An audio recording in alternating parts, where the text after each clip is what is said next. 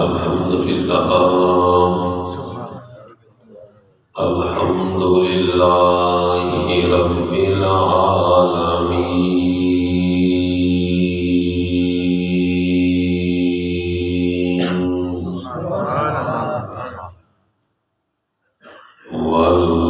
والعاقبۃ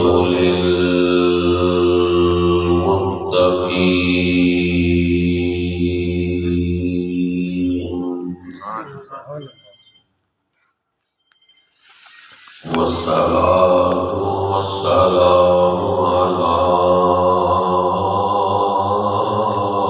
رسوله الكريم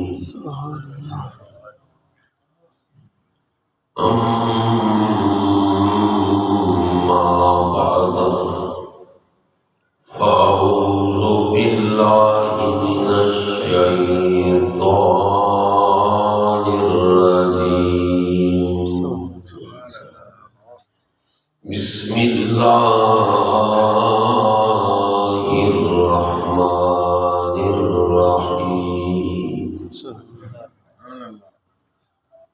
خلق الموت والحياة ليبلوكم أيكم أحسن عملا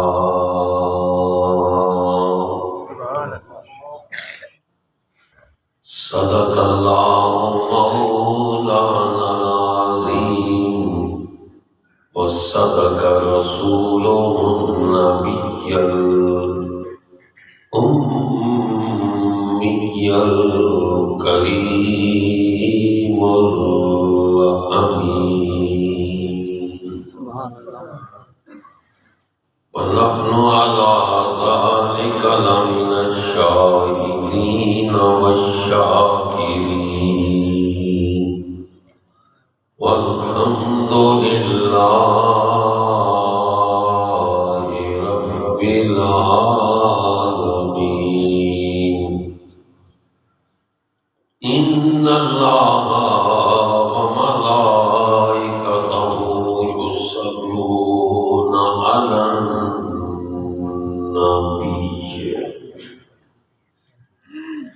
يا أيها الذين آمنوا صلوا عليه وسلموا تسليما الصلاة والسلام عليك يا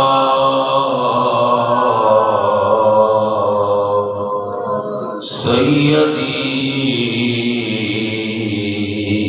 يا رسول الله وعلى آلك وأصحابك يا سيدي یا حبیب اللہ۔ تمام دوست محبت کے ساتھ جھوم کر اپنے آقا مولا کی بارگاہ میں درود و سلام کا نذرانہ پیش فرمائیں، کوئی زبان بھی خاموش نہ رہے، سب کی حاضری ہو جائے۔ پڑھیے الصلاۃ والسلام علیہ یا رسول اللہ وعلی آلک وصحبک یا سیدی یا حبیب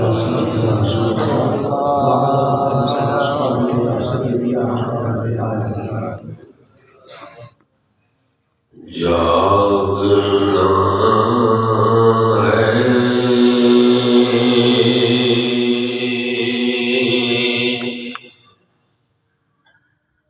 جاگنا ہے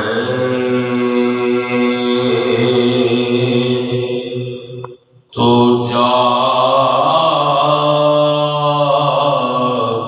لے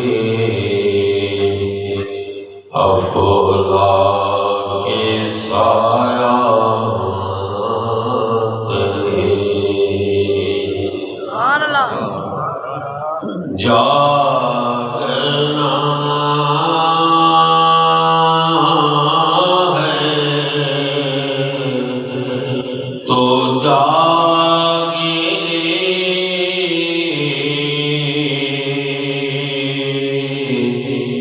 افلاک کے سایہ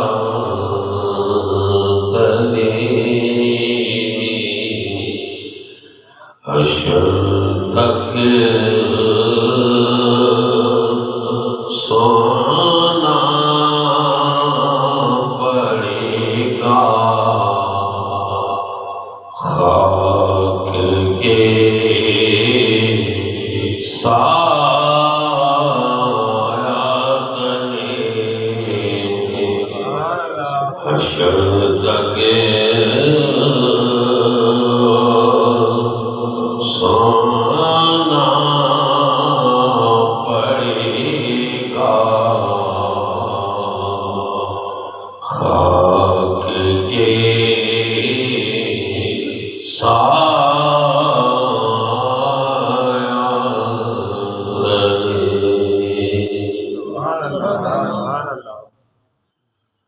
صدر ذی وقار قبلہ و کعبہ پیر طریقت راہبر شریعت قبلہ پیر سید امداد حسین شاہ صاحب مدازل العالی اور حضرات علماء کرام سامعین کرام بانی محفل جناب ہمارے عزیز محمد اختر محمد حافظ محمد شفقت جنہوں نے اپنے ابا حضور کی محفل جیلم شریف اصال ثواب کی اس محفل کا اہتمام کیا۔ رب العزت ہمارے اس بھائی کو جنت کی بلندیاں عطا فرمائے، درجات کی بلندیاں عطا فرمائے، اور آپ کا میرا ہم سب کا اپنی بارگاہ میں آنا سننا سنانا قبول و منظور فرمائے۔ برادران ذی وقار، اللہ رب العزت نے ہمیں زندگی عطا فرمائی اور پھر اس کے بعد موت ہے۔ رب العزت نے ارشاد فرمایا کہ میں نے زندگی کو کیوں پیدا کیا ہے؟ یہ زندگی جیسی عظیم نعمت جو ہمیں ملی،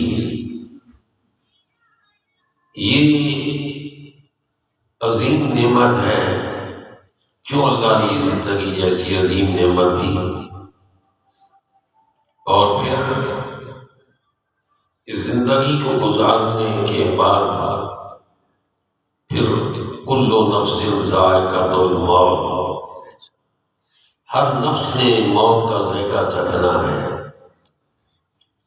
زندگی کو اور موت کو کیوں پیدا کیا رب العزت نے؟ ذرا قرآن مجید کی اس آیت کریمہ میں غور فرمائیں۔ وَمَا خَلَقَ الْمَوْتَ وَالْحَيَاةَ، اللہ فرماتے ہیں کہ ہم نے موت کو پیدا کیا اور زندگی کو پیدا کیا۔ کیوں پیدا کیا؟ فرمایا لِيَبْلُوَكُمْ أَيُّكُمْ أَحْسَنُ عَمَلًا، میں تاکہ تمہیں آزماؤں، فرمایا میں تمہیں آزماؤں۔ وہ تو جانتا ہے، وہ علیم بذات الصدور ہے، وہ جانتا ہے سب کچھ، لیکن ہمیں یہ بتا رہا ہے کہ میں نے تمہیں آزمانے کے لیے اس موت کو بھی پیدا کیا، تمہیں آزمانے کے لیے میں نے زندگی کو بھی پیدا کیا۔ کیوں؟ ایوکم، تم میں سے کون ہے، تم میں سے کون ہے جو اپنے رب کے حکم کے سامنے اپنا سر خم کرتا ہے؟ تم میں سے کون ہے جو اپنے رب کے حکم کے سامنے سر جھکاتا ہے؟ وَإِذْ قَالَ لَهُ رَبُّهُ أَسْلِمْ، جب رب العزت نے پیارے ابراہیم کو فرمایا ابراہیم اسلم، اپنا سر میرے حکم کے سامنے جھکا دے، تو پیارے اس خلیل اللہ کی بارگاہ میں کیا عرض کیا؟ فرمایا رب العزت قال اسلمت لرب العالمین، اس جلیل القدر پیغمبر نے فرمایا اللہ میں نے تیرے حکم کے سامنے سر جھکا دیا، میرا سر جھکا ہوا ہے، تیرا جو حکم ہوگا وہ سر آنکھوں پر ہوگا۔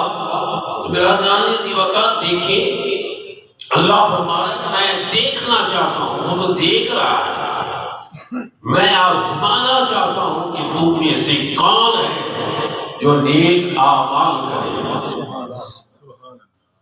اور ذرا قرآن مجید کی اس آیت کریمہ میں غور فرمائیں، رب العزت ارشاد فرماتا ہے یا ایھا الذین آمنوا، ایمان والوں کو خطاب ہو رہا ہے۔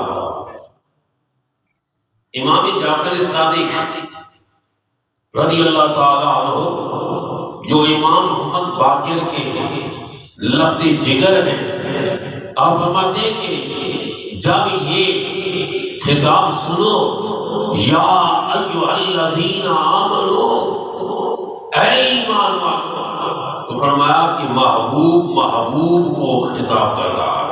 سبحان اللہ سبحان اللہ۔ دیکھیں ہم کس بات کی بولنی ہیں، لیکن صدقہ ہے اس مدینے کی تاجدار کا کہ رب ہمیں فرما رہے یا ایھا الذین آمنوا، اے ایمان والو، یہ نہیں فرمایا کہیں بھی اے امت محمد، یہ نہیں فرمایا جیسا کہ پہلی امتوں کو خطاب کیا یا قوم نوح، اے نوح کی قوم، یا قوم موسیٰ، اے موسیٰ علیہ السلام کی قوم۔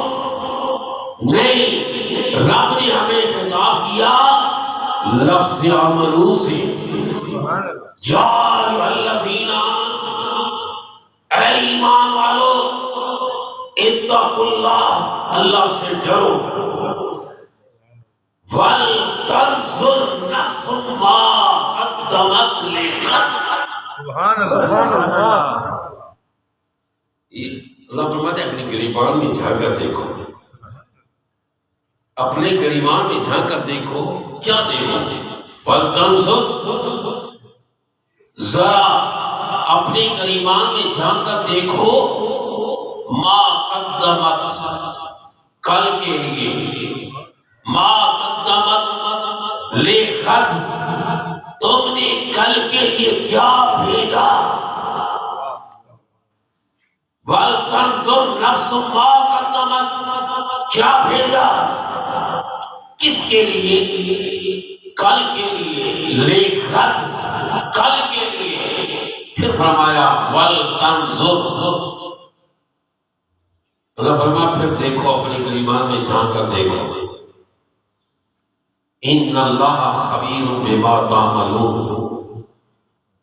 رب العزت نے فرمایا یا ایھا الذین آمنوا اتقوا اللہ ولتنظر نفس ما قدمت لغد واتقوا اللہ، فرمایا اللہ سے ڈرو، ان اللہ خبیر بما تعملون، تمہارا رب تمہیں دیکھ رہا ہے، تمہارا رب تمہیں دیکھ رہا ہے، وہ کتنا تمہارے قریب ہے، نحن اقرب الیہ من حبل الورید، وہ تمہاری شاہ رگ سے بھی زیادہ قریب ہے۔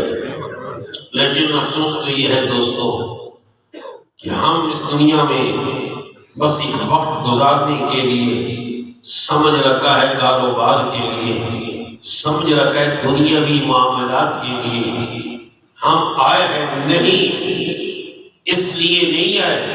آپ قرآن سے بہت افسوس، قرآن پڑھتے نہیں ہیں، قرآن کیا کہہ رہا ہے؟ اے نسل انسانیت، اے پیارے آدم کی اولاد، میں نے تمہیں بھیجا کیوں؟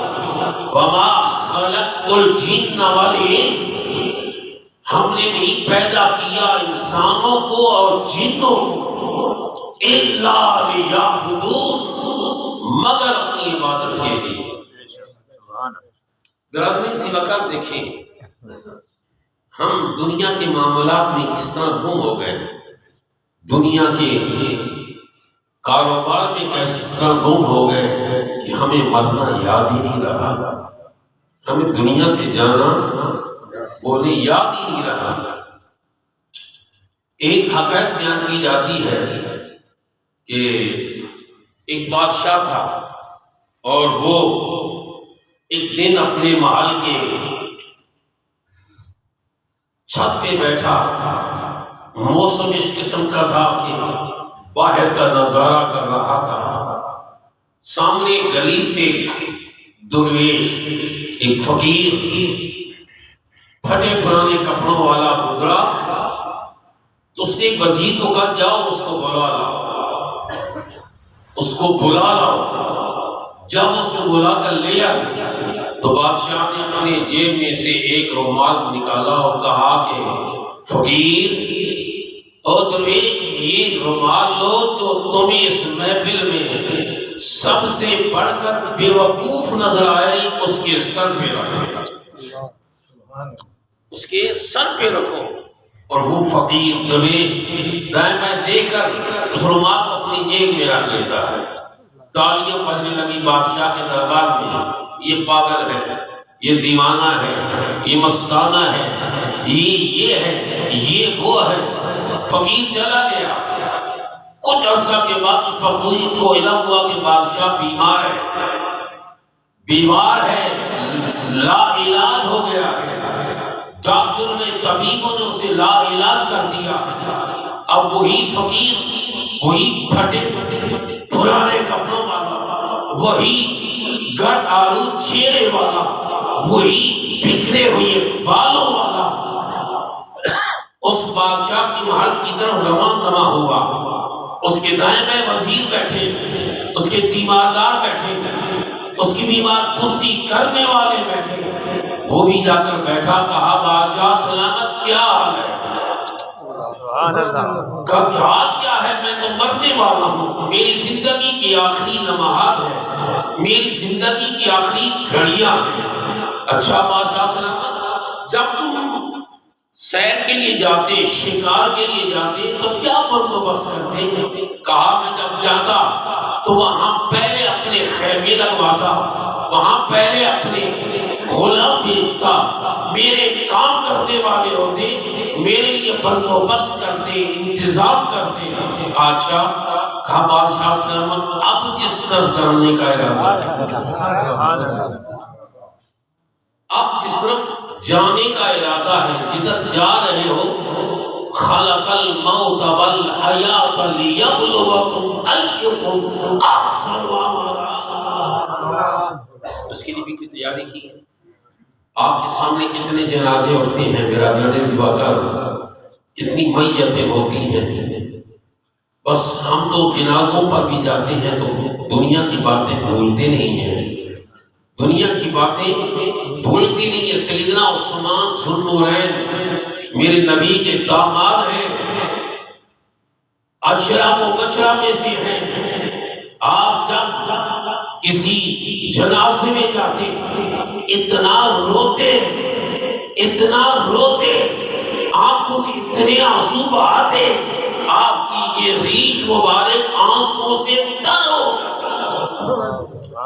اتنا اس مرنے والے کے برا سادی ہوتے، اتنا اس مرنے والے کے عزیز و اقربا نہیں ہوتے جتنا کہ عثمان ذو النورین ہوتے۔ کسی نے پوچھا اے عثمان تم تو اشراف و بشرا میں سے ہو جنہیں نبی نے دنیا میں بشارت دی کہ تم جنتی ہو، تم اتنا روتے ہو، تمہاری ریش مبارک بھی آنسو سے تر پتر ہو جاتی ہے اور آنسو زمین پہ ٹپکتے ہیں۔ فرمایا سوال کرنے والے تجھے علم نہیں ہے یہ آخرت کی منزلوں میں سے یہ قبر پہلی منزل ہے، یہ پہلی منزل ہے۔ اگر اس میں ناکامی ہو گئی تو پھر آخر جتنی منزلیں سب ناکامی ہو جائے گی۔ اس میں روتا ہوں کہ رب العزت اس پہلی منزل کے اندر ہمیں کامیابی عطا فرمائے، وہ ہے موت، وہ ہے قبر۔ خلق الموت والحیات لیبلوکم ایکم احسن عملا۔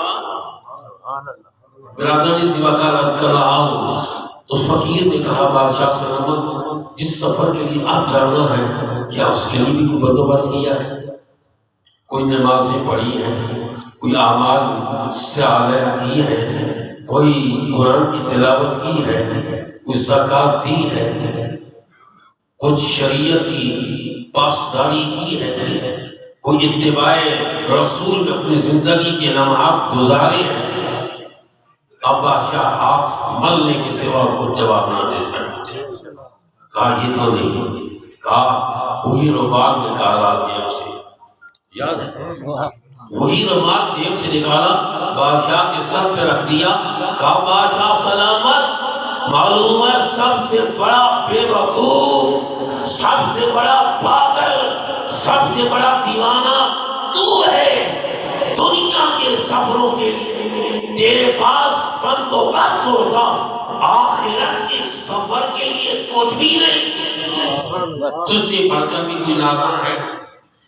برادرانی دعا کر دیکھیں، سیدنا حضرت یعقوب علیہ السلام جلیل القدر پیغمبر ہیں جو حضرت اسحاق علیہ السلام کے بیٹے ہیں اور سیدنا ابراہیم خلیل اللہ کے پوتے ہیں۔ سیدنا بولے یعقوب علیہ السلام آپ کے ساتھ دوستی تھی، کس کی؟ اسرائیل علیہ السلام کی۔ کسی کی دوستی کسی کے ساتھ ہوتی ہے، کسی کی کسی کے ساتھ ہوتی ہے۔ کمال ہے کہ یعقوب علیہ السلام کی دوستی اسرائیل علیہ السلام، اسرائیل علیہ السلام آتے تھے آپ کے مجلس میں بیٹھتے تھے، گفتگو ہوتی۔ ایک دن اسرائیل علیہ السلام آئے، پوچھا اسرائیل کیسے آنا، کیسے آئے ہو؟ کیا میری موت کا وقت تو نہیں آیا؟ کیا دنیا سے جانے کا وقت تو نہیں آیا؟ کہ نہیں ہو، بس آپ سے باتیں کرنے کے لیے آیا ہوں۔ کہا اچھا، جب میری زندگی کی آخری گھڑی آئے نا، آخری لمحہ آئے تو میرے پاس پہلے قاصد بھیج دینا، پیغام بھیج دینا کہ میں فلاں دن آؤں گا۔ ٹھیک ہے حضور، ایسا ہی کروں گا، میں 3 قاصد بھیجوں گا، میں 3 قاصد بھیجوں گا۔ ٹھیک ہے۔ ایک دن اسرائیل علیہ السلام آئے، کیسے آنا ہوا؟ حضور آپ کی روح قبض کرنے کے لیے۔ کہا اچھا، میں نے وعدہ نہیں کیا تھا میرے ساتھ تو نے کہ میں 3 قاصد بھیجوں گا، تو کیا بھیجے؟ کہا حضور میں نے 3 قاصد بھیجے۔ کیسے؟ آپ کے بال مبارک سیاہ تھے، سفید ہوئی ہی نہ ہوئی۔ غور کریں، آپ کے بال مبارک سیاہ تھے، سفید ہوئے یا نہیں؟ سبحان جی ہوئے۔ بابا یہ میرا پہلا قاصد تھا۔ اب بھی ہمیں ہوش کرنا چاہیے، اب بھی ہمیں آنکھ کھولنی چاہیے، اب بھی ہمیں غفلت سے باہر آنا چاہیے۔ اب بھی اگر خواب خرگوش کی میٹھی نیند کے مزے لیتے رہے، سیلاب آئے گا اور دن کی طرح بہا کے لے جائے گا، ہمارا نام و نشان مٹ جائے گا اور پھر ہم ہاتھ مرتے رہ جائیں، افسوس ہم نے کچھ نہیں کیا۔ حضور میں نے پہلا قاصد بھیجا، آپ کے بال مبارک سیاہ تھے، سفید ہوئی کاٹی۔ اور دوسرا قاصد آپ کے جسم میں چستی تھی، طاقت تھی، توانائی تھی۔ اب وہ چستی گئی، توانائی بظاہر جسم سے چلی گئی، کمزوری آئی۔ یہ میرا بولے دوسرا قاصد تھا۔ حضور تیسرا قاصد، یہ پیٹھ مبارک ذرا جھک گئی۔ جب بڑھاپا قریب آتا ہے تو یہ پیٹھ جھک جاتی ہے، نہیں جھکتی؟ یہ تیسرا قاصد تھا، اس لیے میں تو میں نے 3 قاصد بھیجے برادران سے بغیر آپ بھی ذرا غور تو فرمائیں نا۔ ایک نہ ایک دن ہم نے دنیا سے جانا، جیسا کہ ہمارے عزیز حافظ شفقت اور عزیز محمد اختر کے ابو جان دنیا سے چلے گئے، ہر ایک نے جانا ہے، لیکن غفلت میں نہیں، بیداری میں رہے، غفلت میں نہیں، بیداری میں رہے۔ ایک بزرگ گزرے جن کا نام ہے حضرت ابو علی دقاق رحمت اللہ علیہ، بہت بڑے ولی کامل گزرے، بہت بڑے ولی کامل گزرے۔ ایک دن آپ فرماتے ہیں کہ میں ایک درویش کے پاس گیا جس کے متعلق سنا کہ اس کی زندگی کا آخری لمحہ ہے، آخری وقت ہے، آخری گھڑی ہے۔ بہت بڑے وہ بھی ولی کامل تھے، حضرت شیخ ابو علی دقاق رحمت اللہ فرماتے ہیں میں جب اس کے پاس گیا، ان کی آنکھوں میں آنسو بہ رہے تھے، ان کی آنکھوں میں آنسو بہ رہے تھے، رو رہے تھے۔ میں نے کہا درویش ہو، ولی کامل ہو، رو رہے ہو، کہا اس لیے نہیں ابو علی دقاق، میں اس لیے نہیں رو رہا، ہر ایک نے جانا ہے، سبھی نے جانا ہے، مرنا ہے، کل نفس ذائقۃ الموت۔ میں رو اس لیے رہا ہوں، میں نے نماز پڑھی، غفلت میں نماز پڑھی۔ ہم پڑھ لیتے ہیں تو اپنے سے بھی باہر ہو جاتے ہیں، مجھ جیسا بھی متقی ہے، مجھ جیسا بھی پرہیزگار ہے۔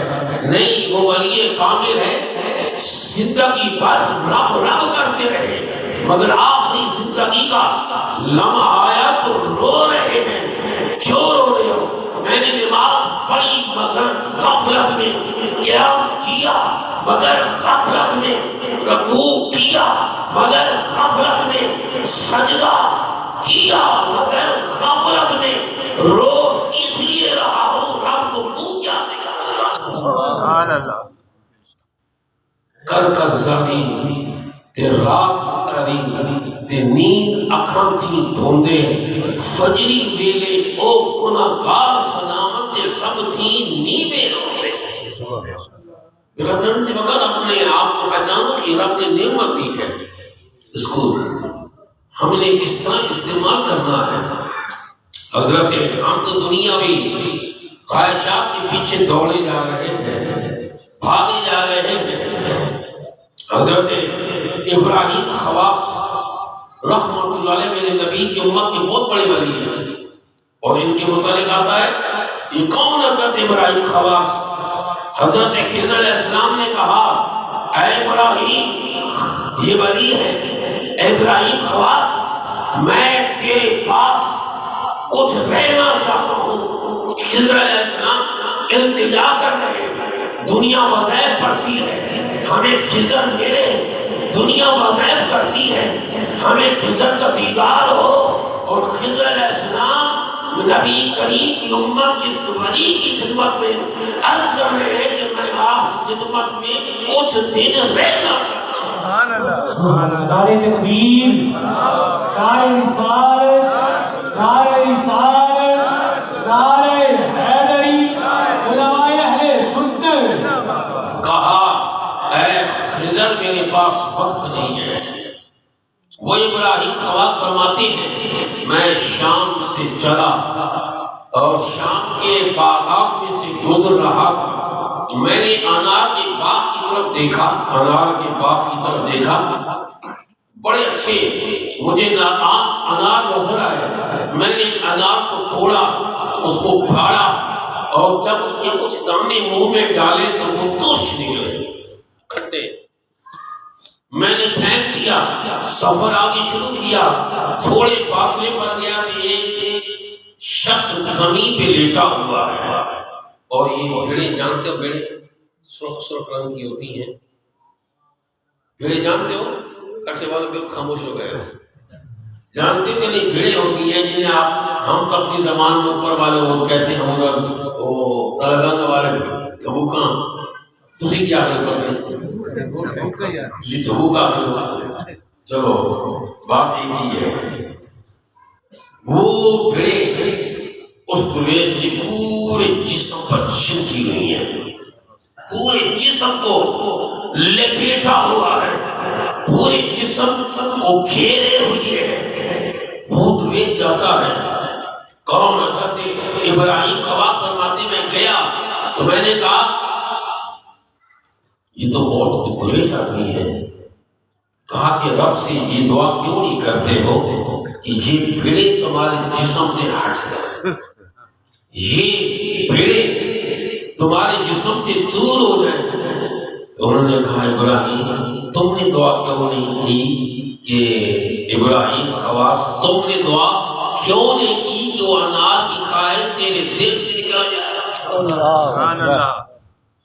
تم نے دعا کیوں نہیں کی کہ وہ خواہش انار کی دل سے نکل جائے؟ ابراہیم سنو میری بات، یہ دنیاوی خواہشات، یہ دل کو، یہ دنیاوی خواہشات یہ دل کو ڈستی ہیں، یہ ظاہری خواہشات دل کو ڈستی ہیں، اور یہ جو دنیا کی خواہشات ہیں یہ ایمان کو ڈستی ہیں۔ ظاہری خواہشات یہ جو ظاہری چیزیں ہیں یہ جسم کو، یہ ظاہری چیزیں میرے جسم کو کاٹتی ہیں، مگر یہ دنیاوی خواہشات ایمان کو ڈستی ہیں۔ یہ ظاہری تکلیف بہتر ہے اس آخری خواہش سے جس انسان کا ایمان ڈس آ جائے۔ اس لیے ان خواہشات کے پیچھے مت دوڑیں، ایک نہ ایک دن جانا ہے۔ آپ نے ہارون الرشید کا نام سنا ہے؟ خلیفہ ہارون الرشید کا نام سنا ہوگا نا آپ نے؟ آپ ایک بیٹے تھے جو 16 سال کی عمر میں اپنے باپ سے جدا ہو گئے، یعنی چلے گئے، گھر سے چلے گئے۔ جانے کا کیا سبب بنا؟ وہ اللہ کے ولیوں کے پاس بیٹھتا، ہارون رشید کا بیٹا اللہ کے ولیوں کے پاس بیٹھا، نیک لوگوں کی صحبت میں بیٹھتا، قبرستان میں جا کر قبر والوں سے باتیں کرتا۔ کیا کہتا؟ او قبر والوں مجھے کیا خبر کہ تم دنیا میں کیا بولتے رہے؟ اے قبر والوں مجھے کیا خبر، وہ مجھے خبر لا کر آئے تو صحیح کہ تم دنیا میں کیا کرتے رہے۔ پھر ساروں کا رونا شروع کر دیتا۔ ایک دن اپنے باپ کے پاس آیا کر کہ ہارون رشید صدارت کی کرسی پر تخت پہ بیٹھا تھا اور اس کے وزیر وزراء اس کے ارد کرسی میں بیٹھے۔ اس نے ایک کمبل اوڑا ہوا تھا اور ایک کمبل طے بند باندھا جبڑا پر باندھا ہوا تھا۔ آیا باپ کے پاس وزیر کہنے کے دیکھو ایسی ہی اولاد جو ہوتی ہے اپنے ماں باپ کی بدنامی کا سبب بنتی ہے۔ وزیر کہنے لگے یہ بادشاہ سلامت ہے، بادشاہ وقت ہے، امیر المومنین ہے، خلیفۃ المسلمین ہے، عراق کی سلطنت کا بادشاہ بغداد کا، اور اس کا بیٹا ایک پرانا سا کمبل اوڑے ہوئے ہے اور ایک کمبل طے بند کے طور پہ باندھا ہوا ہے۔ وزیروں نے باتیں کی، ایک نہ ایک دن بادشاہ تک یہ خبر پہنچ گئی کہ وزیروں نے یہ کہا کہ ایسی اولاد اپنے ماں باپ کی بدنامی کا سبب بنتی ہے۔ ایک دن بادشاہ نے کہا بیٹا دیکھو تمہاری وجہ سے میں بدنام ہو رہا ہوں، تم نے یہ کیا حال بنا رکھی ہے؟ باپ کی طرف دیکھا، چپ ہو گیا۔ آج کا دور ہوتا تو پھر کچھ بات ہوتی۔ باپ کو دیکھا، خاموش ہو گیا اور محل کے اس کنگرے پر ایک پرندہ بیٹھا تھا، اس کی طرف کہا کہ اے پرندے جس رب نے تجھے پیدا کیا اس کی حکم سے آ میرے ہاتھ میں بیٹھ جا۔ یہ شہزادہ کہہ رہا ہے، وہ پرندہ اڑا اور اس کے ہاتھ میں بیٹھا۔ اب کہا کہ اب تو اپنی جگہ چلا جا۔ جب وہ اپنی جگہ چلا گیا کہا اے پرندے جس رب نے تجھے پیدا کیا امیر المومنین تجھے بلائے نا تو ان کے بلانے پہ تو نے نہیں آنا۔ اب اس نے کیا کیا؟ گھر سے جانے لگا، نہیں میں اب یہاں نہیں رہنا چاہتا، ایک قرآن مجید لے لیا، ماں نے اسے ایک انگشتی دیا، انگشتی چلا گیا اور وہاں جا کر بسا جہاں عراق کا ایک شہر بصرہ کہتے ہیں، ایک عالم ہے ابو عامر بصری، وہ کہتے ہیں کہ ایک دن میری دیوار گر گئی، منہدم ہو گئی، گر گئی، تو اس کو درست کرنے کے لیے میں مزدوروں کے اس جھرمٹ کی طرف آیا، میں نے دیکھا کہ کتنا حسین و جمیل بچہ بیٹھا ہے، جس کی حسن کو دیکھ کر، جس کی جمال کو دیکھ کر گویا آنکھیں بھی شرماتی ہیں۔ میں اس کے پاس آیا، قرآن کھول کر پڑھ رہا تھا، مزدوروں کی جھرمٹ میں بیٹھتا، زمین پر بیٹھا۔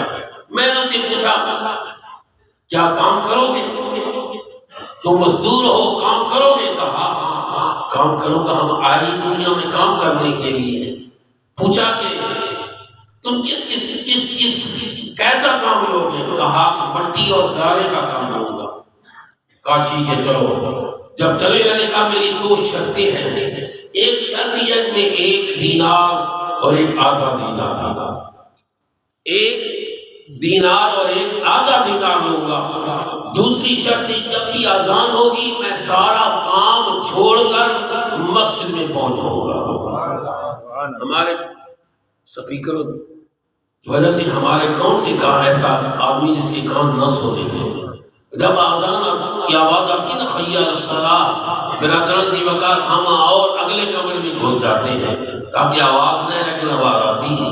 آؤ اللہ کی بارگاہ کی طرف، آؤ رب کی بارگاہ میں جھکنے کے لیے، آؤ رب کو سجدہ کرنے کے لیے۔ حی علی الصلاۃ، اے دنیا کی کامیابی ڈھونڈنے والوں، اے دنیا کی کامیابی کے قدم چومنے والوں، حی علی الفلاح۔ ہاں بھلائی کس میں ہے؟ کامیابی نماز میں، نماز میں کامیابی ہے۔ وہ کہا کہ جب اذان ہوگی تو میں چل جاؤں گا۔ ٹھیک۔ ابو عامر کہتے ہیں میں نے اسے کام دکھایا، میں نے کہا یہ مٹی ہے، یہ اینٹیں ہیں، یہ پتھر ہے، یہ گارا ہے۔ کہا ٹھیک ہے۔ کہا کہ میں چلا گیا، اور جب میں شام کو آیا تو میں نے دیکھا کہ 10 آدمیوں کے برابر کا کام کیا ہوا ہے۔ کتنے؟ 10 آدمیوں کے برابر کا کام مکمل ہے۔ حیران ہوا تو بچہ ہے، 16 سال اس کی عمر ہے، اتنا جلدی کام اس نے کیسے کر لیا؟ کھا کے میں دوسرے دن اس کو میں 2 دینار دینے لگا۔ اس نے کہا نہیں 2 دینار میں نے نہیں دینے، میں نے 1.25 دینار دینا ہے۔ کبھی دیکھا ایسا مزدور بھائی؟ لیکن جن کے دل میں اللہ کی محبت ہوتی ہے نا وہ ایسا کرتے ہیں۔ دوسرا دن پھر میں آیا، مزدوروں کی جھرمٹ میں ابو عامر کہتے ہیں مجھے وہ مزدور نظر نہ آیا۔ میں نے اسے پوچھا وہ ایسا شکل و شباب کا مزدور، ایسی صورت، ایسی اس کی آنکھیں، ایسا اس کا چہرہ، کہا وہ ہفتے میں 1 دن کام کرتا ہے، یعنی ہفتے کے دن کام کرتا ہے، جو اسے مزدوری ملتی ہے بس اسی پر پورا ہفتہ گزار دیتا، پورا ہفتہ عبادت میں پھر گزار دیتا۔ اگلے ہفتے پھر میں انتظار کرنے لگا۔ ابو عامر کہتے ہیں جب میں آیا تو بیٹھا تھا، قرآن مجید کھولے بیٹھا تھا۔ میں نے کہا بھائی کام کرنا ہے؟ ہاں کرنا ہے۔ کہا میری یہ شرط ہے، 1.25 دینار لوں گا، جب اذان ہوگی کام چھوڑ کر مسجد میں جاؤں گا۔ ٹھیک ہے۔ کہا میں نے اینٹیں دکھائی، پتھر دکھائے اور وہ گارا میں دکھایا۔ میں ایسی دور جگہ بیٹھ گیا، دیکھوں یہ کرتا کیا ہے، دیکھوں یہ کرتا کیا ہے۔ 10 آدمیوں کے برابر یہ کام کر لیتے، کرتا کیسے ہے؟ ایسی جگہ بیٹھا جہاں وہ مجھے نہیں دیکھ سکتا تھا مگر میں اسے دیکھ رہا تھا۔ آپ کہتے ہیں، ابو عامر کہتے ہیں میں نے دیکھا کہ اسے گارا کھایا اور دیوار پر جب اسے ڈالا تو پتھر خود بخود اٹھنے لگے، پتھر خود بخود اٹھنے لگے اور ایک دوسرے کے ساتھ جڑنے لگے۔ اور میں نے کہا واقعی یہ تو کوئی برگزیدہ بندہ ہے، اللہ اپنے بندوں کی ایسی ہی مدد کرتا ہے۔ شام ہوئی، جانے لگا، میں نے اسے 3 دینار دینے چاہے، 3 دینار دینا چاہا، اس نے کہا نہیں میں 1.25 دینار دوں۔ چلا گیا۔ پھر اگلے ہفتے میں انتظار کرنے لگا، ہفتے کے دن، تیسرے ہفتے جب میں گیا مجھے نظر نہ آیا۔ میں نے کہا کہ وہ کدھر ہے، وہ نوجوان بچہ کدھر ہے؟ کہا کہ وہ بیمار ہے اور ویرانے میں جہاں کوئی مکان نہیں ہے، جہاں کوئی مکان کیا کوئی کھنڈر بھی نہیں ہے، جہاں کوئی سائمان نہیں ہے، کوئی خیمہ نہیں ہے، کچھ بھی نہیں، کھلے میدان میں پڑا ہے، بیمار ہے اور سخت بیمار ہے، ہل جل نہیں سکتا۔ ابو عامر کہتے میں جب میدان میں گیا، اس جگہ گیا، ویرانے میں گیا تو دیکھا بے ہوش پڑا ہے، آنکھیں بند ہیں اور ایک پتھر کا ٹکڑا اپنے سر کے نیچے رکھا ہوا ہے، اور میں نے اسے السلام علیکم کہا، اس نے آنکھ کھولی، پھر میں نے السلام علیکم کہا تو اس نے جواب دیا اور کہا ابو عامر، میں نے نام نہیں بتایا تھا، کہا ابو عامر میرا دنیا سے جانے کا وقت آ گیا ہے، لو ایسا کرنا میرا یہ کمبل اس کو جو گور کل ہوگا، گور قبر کھودنے والا ہوگا، اس کو مزدوری میں دے دینا، اور یہ قرآن اور یہ انگوٹھی خلیفہ بغداد ہارون الرشید امیر المومنین کے پاس جانا، اپنے ہاتھوں سے دینا اور کہنا ایک مسافر بے کس اس کی امانت تیرے پاس، تیری اس کے پاس تھی اور یہ امانت سنبھالو۔ ابو عامر کہتے ہیں مجھے اس وقت خبر ہوا کہ یہ خلیفہ کا بیٹا ہے، مجھے اس وقت علم ہوا یہ امیر المومنین کا بیٹا ہے، اور فرماتے ہیں کہ بس میں نے اس کے پاس بیٹھا، اس کا سر گود میں اٹھانا، گود میں رکھنا، اس نے کہا ابو عامر نہ، اس کی کوئی ضرورت نہیں، میرا سر پتھر بھی رہنے دو، اور میرے باپ کو خلیفہ ہارون الرشید کو میری طرف سے یہ پیغام دینا، امیر المومنین غفلت میں نہ رہنا، کہیں غفلت میں موت نہ آئے، رب کو بھی تم نے جواب دینا ہے، رب کے حضور بھی تم نے ذرے ذرے کا حساب دینا ہے، کہیں غفلت میں تمہیں نیند نہ آئے، بیدار رہو، رعایا کا بھی بوجھ تم پر، اپنے وزیر وزراء کا بھی بوجھ تم پر، گھر والوں کا بھی بوجھ تم پر۔ یہ باتیں ہو رہی تھی کہ اس کی روح جسم سے پرواز کر رہا،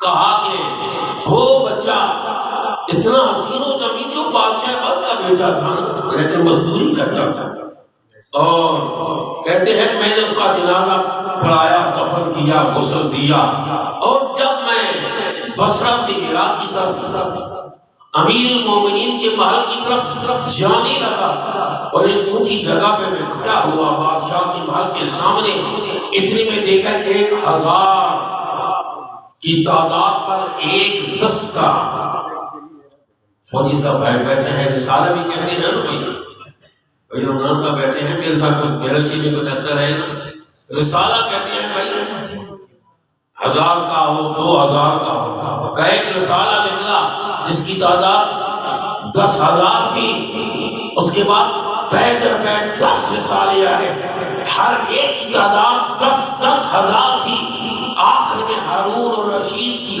سواری آئی، اور میں نے کہا تمہیں رسول اللہ کی قرابت کا واسطہ تھی، یہ بنو عباس میں سے تھے، حضور کی چچا حضرت عباس کی اولاد میں سے تھے، تمہیں رسول اللہ کی قرابت کا واسطہ، اے خلیفۃ المسلمین ہارون رشید، ایک منٹ کے لیے میری بات سنو۔ جب خلیفہ نے یہ آواز سنی تو سواری کو روکنے کا حکم دیا۔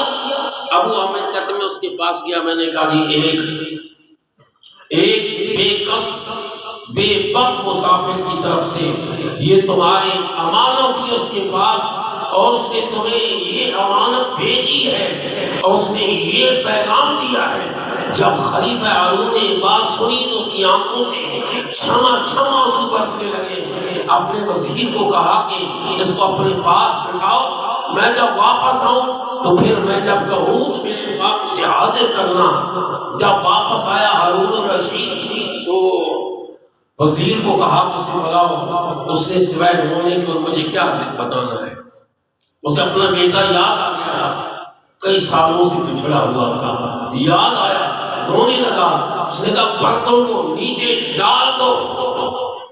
وزیر نے کہا اے ابو عامر تم نے بہت ساری باتیں کرنی ہے تو ان میں سے 5 کرنا، 10 کی بجائے 5 کرنا۔ بادشاہ وقت بہت غمگین ہے۔ جب ابو عامر اس کے خیمے میں اس کے محل میں آیا، اس نے کہا میرے پاس بیٹھو، مجھے اب بتاؤ اس جوان کے متعلق۔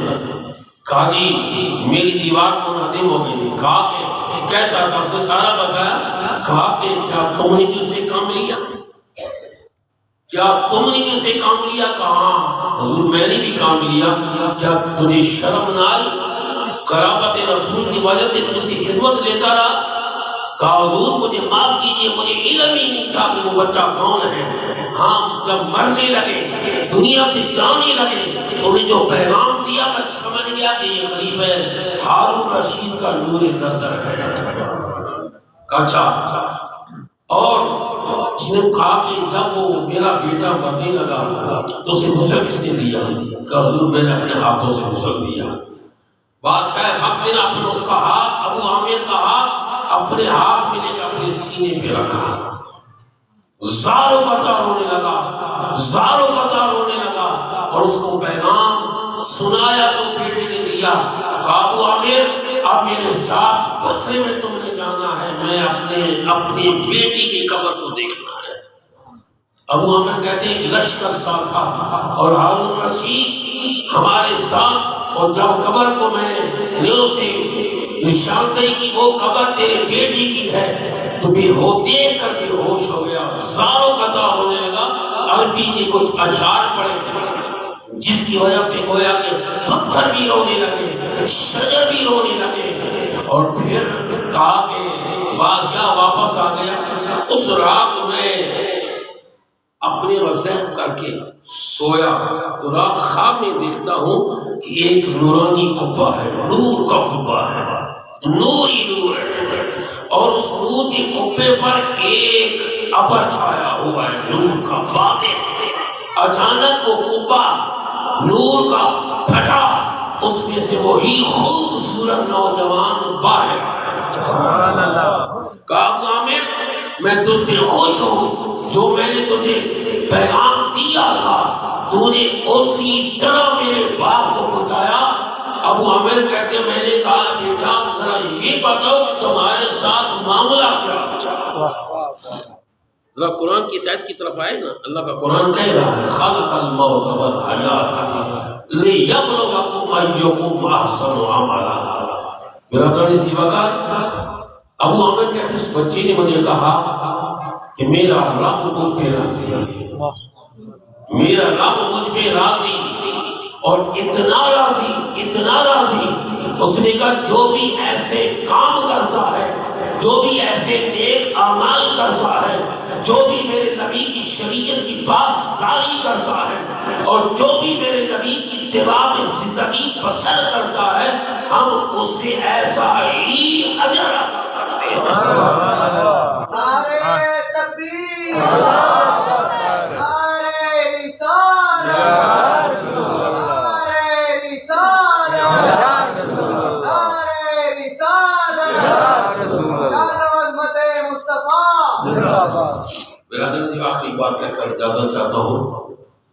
سیدنا سلیمان فارسی رضی اللہ تعالیٰ عنہ جو مدائن کے گورنر ہیں، جو مدائن کے گورنر تھے، میرے نبی کی صحابی تھے، اور وہ جلیل القدر صحابی، حضور نے ان کے متعلق فرمایا کہ سلیمان میری اہل بیت میں سے ہے، یہ سلیمان میری اہل بیت میں سے، حالانکہ عباسی نسل تھے، میرے نبی کے اختیار تھے۔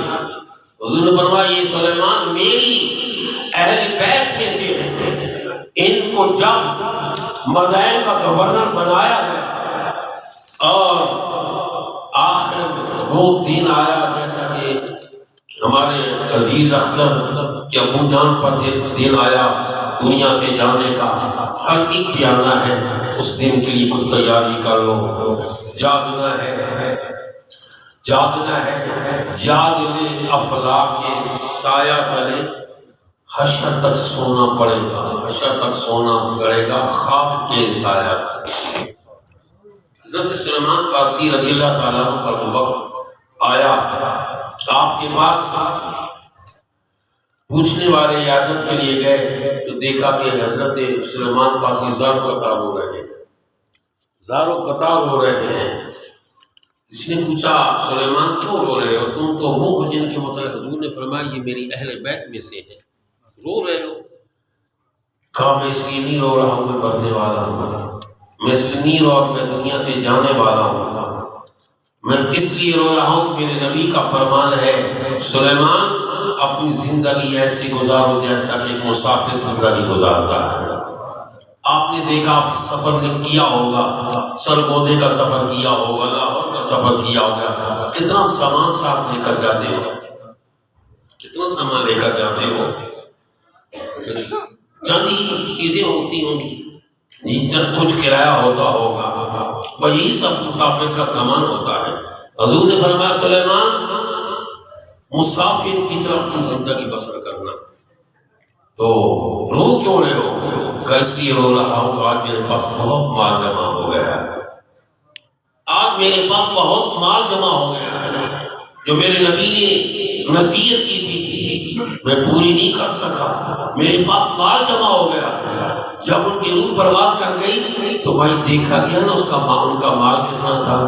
13-14 دینار تھے، 13-14 دینار تھے یا درہم تھے سلیمان فارسی کے پاس، اور اس پر رو رہے تھے کتنا مال جمع ہو گیا میں نے رسول اللہ کو کیا منہ دکھانا ہے۔ برادران اس وقت بس یہی آخری بات ہے کہ اپنے اس دی جانے والی زندگی جیسی عظیم نعمت جو رب نے دی ہے وہ پوچھے گا یہ میں نعمت دی تھی تو نے کس طرح اسے استعمال کیا ہے، کیسے تم نے اپنی زندگی بسر کی ہے، نہ خیال کرنا اللہ پوچھے گا۔ اس لیے اس پوچھنے کے لیے تیار ہو جاؤ۔ اللہ رب العزت ہم سب کو ہمارے وہ بزرگ دنیا سے چلے گئے، کیا نام ہے بھائی رب نواز، اللہ تعالیٰ انہیں جنت کی بلندیاں عطا فرمائے، درجات کی بلندیاں عطا فرمائے، ان کے لواحقین کو صبر جمیل عطا فرمائے۔ بآخر دعوانا الحمدللہ۔